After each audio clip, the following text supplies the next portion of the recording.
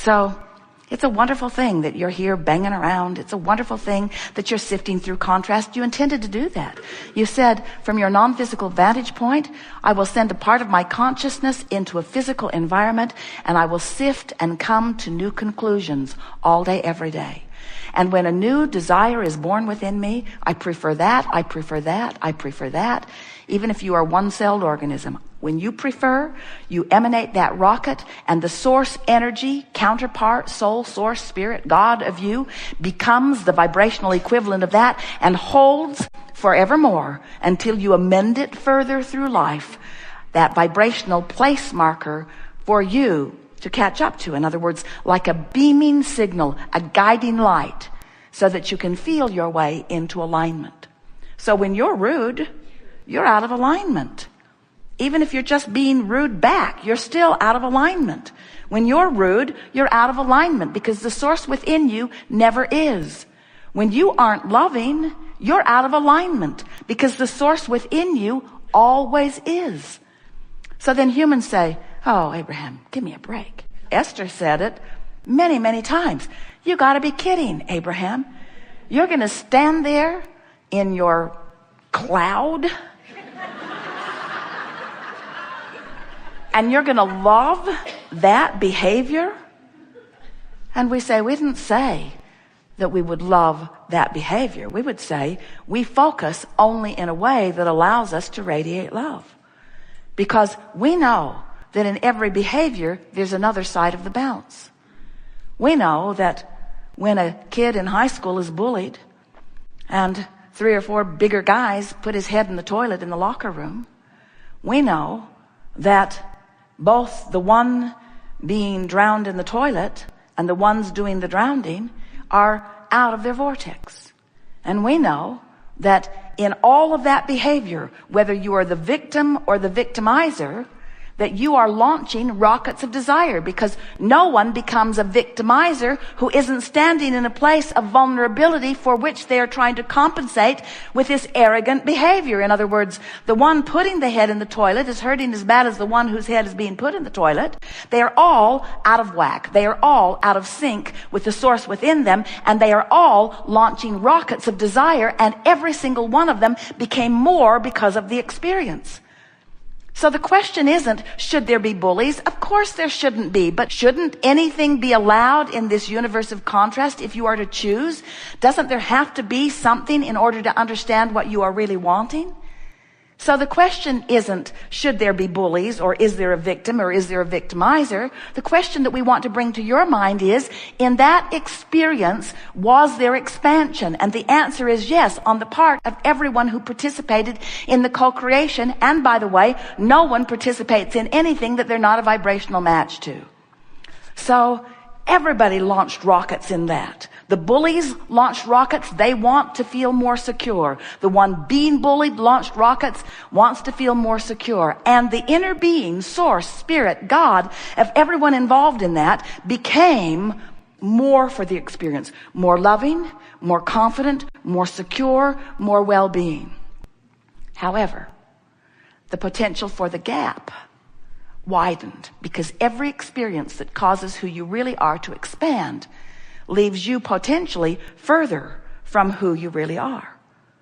If you don't, in your physical form, keep up with you, you're going to feel awful forever. That's why many people come across a philosophy or a process that they call forgiveness. I'm going to forgive the perpetrator of that crime. And we say, really, what that forgiveness is looking at it in a way that doesn't hold you out of the vortex. But there are so many humans that want to proclaim, well, these are the unforgivable things. We'll give them the death penalty on that. We say, oh, you're giving them the ultimate forgiveness and just don't know it. There are things that you say should never be forgiven. And there are things that you say, oh, maybe we could cut them a little slack on that. And we say, as long as humanity, or more important, as long as you as individuals are sorting your life out in terms of just gathering together and trying to define what behavior is right behavior and what behavior is wrong behavior, you're not ever going to even begin to live your life as you intended to be. You don't have a chance of steady, chronic alignment with source, and therefore you don't have a chance of feeling good most of the time, and you don't have a chance of longevity or wellness of any kind. You don't have a chance of any of that you all came to live unless you are aware of your emotions and understand that your emotions are telling you whether you're keeping up with you or whether you're not. As long as it matters to you that someone else change their behavior to affect the way you feel, you have no control, no steady alignment with who you are, and no sustainable well-being, you see. But when you get it, that every time you feel negative emotion, that the object of your attention and your current take on it, in other words, your perspective in the midst of your negative emotion, means this powerful, consistent, law-based thing every time. It means you've got an opinion going on right now that the source within you does not hold. And we so want you to understand that you just can't defy the opinion of the source within you. You can't hate instead of love and feel good. Have you noticed how awful hate feels? Now, many humans will say, well, that hate sure felt better than the powerlessness that I felt right before it. We say, well, then it's an improvement. But there's something better than hate, less hate. There's something better than less hate, anger. And there's something better than anger, frustration. There's something better than frustration, hope. And there's something better than hope, belief. And there's something better feeling than belief, and that's knowing. You just got to release the thoughts that hold you away from who you are, and as you release those thoughts, law of attraction brings you closer and closer and closer to the natural you that you have become. As source energy, you sent a physical pioneer into this physical life. That's you. Here you are exploring.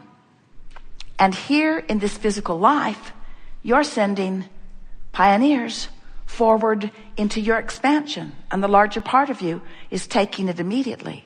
So everything that we're going to be talking about here today, and everything that your emotions and everyone else's emotions are guiding you about, is the vibrational relationship between where you stand in your current thought, word, and action in relationship with where who you really are stands in regard to the same subject. And if we can convince you about the reality of this vibrational reality, if we can help you to feel the wholeness of who you are, who stands there, and we can give you some paths, some easy paths to releasing your patterns of thought that hold you in resistance to this, your vortex will take you in, and you will begin to receive manifestational avalanches of everything that you've been asking for.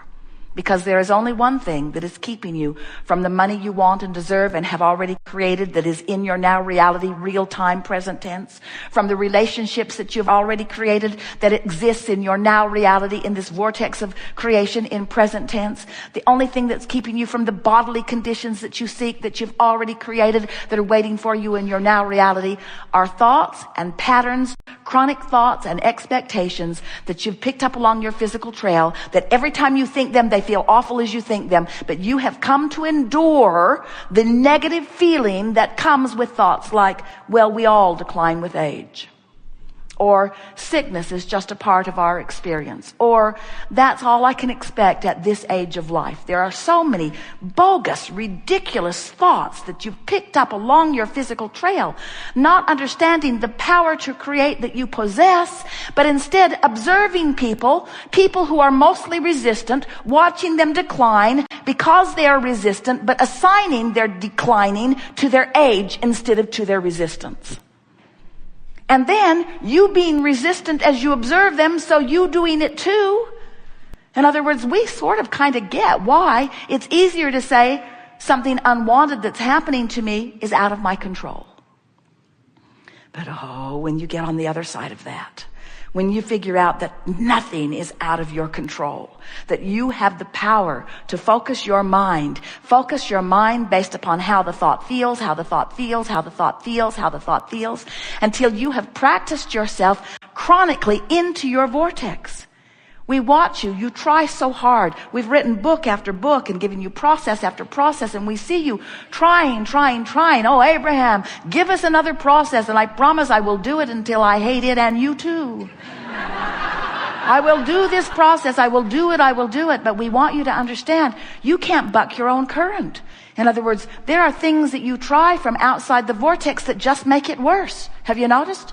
It's sort of like explaining to someone why you want something to be different than it is, and the harder you try to explain, the more they explain that it can't happen that way. It's like we've been having fun pointing out to you. These are money and the law of attraction. These are two really wonderful decks. One is money, one is health. Those are the two primary things that are bothering you in your environment. Relationships is a close third, but money and health, those are the things that most people are fretting the most about. And those are the things that most people have put more in their vortex about. You should see the veritable empires you've created in your vortex of creation. And you should see the fantastic physicality that's waiting for you. You might have to wait until you've been born again to receive the benefit of it, because you're kind of caught up in the way bodies are in this physical time-space reality. So you don't allow yourself to expect the improvements that you could have today if you wanted them. Today, if you wanted them, you've asked for them. It's all queued up. Your cells will cooperate and give it to you. If you could stop beating the drum of what is and release the vibrational patterns of what is, you could have it today. You could have it today. What we're saying to you is, do 100% of your affirming from inside the vortex. Where what happens with most people, you do most of your affirming outside the vortex. Esther was in a mode of that recently, making statements of things she clearly does not want in a very affirming way, not even noticing that she was affirming and therefore practicing the vibration and therefore holding her outside the vortex longer, because she was so sure she was right in what she was saying. And what we want you to understand is, of course you're right. You're always right. You're right. What you think will manifest around you, and it will prove you right. If you think there's not enough money and you keep affirming it, it will show up like that in your life experience, and you will be right. And then you will be able to say, see, I told you it was right. I told you. On your tombstone, they print your words. I told them I was sick. In other words, what you affirm is. This art of allowing really is about the art of affirming. It's about the art of practicing the thought of something until it becomes so practiced that you don't have to think about it. You just believe it. It is just your knowing. So we want to put it out to you. Do you believe more in wellness or in illness? Well, if you are like most of your nation that is being polled all over the place, who is frantic over health care, you believe unequivocally in illness. You believe that you will have your way out of this earth with tubes up your nose and tubes in your veins, and that you will need this health care. You will need it because there is this long decline that is certain for you. If you're like most people, that's what you believe. But it's not what the source within you knows. It's not what who you really are knows. So when you think that thought, you feel horrible, and then you think you feel horrible because your government or somebody isn't doing something that you think they need to do. You're giving your power over to uncontrollable circumstances, you see. We have enjoyed this interaction immensely. It is delicious to come together with those like you out here on the leading edge, wanting to define who you are and wanting to come into alignment with the fullness that you are constantly becoming. Lighten up about all of this. Be easy about it. Don't try so hard. Give yourself and others the benefit of the doubt. Just chill out. And let the vortex be your most sought after vibrational place of residing. There is great love here for you. And as always, we remain eternally and blissfully in the vortex.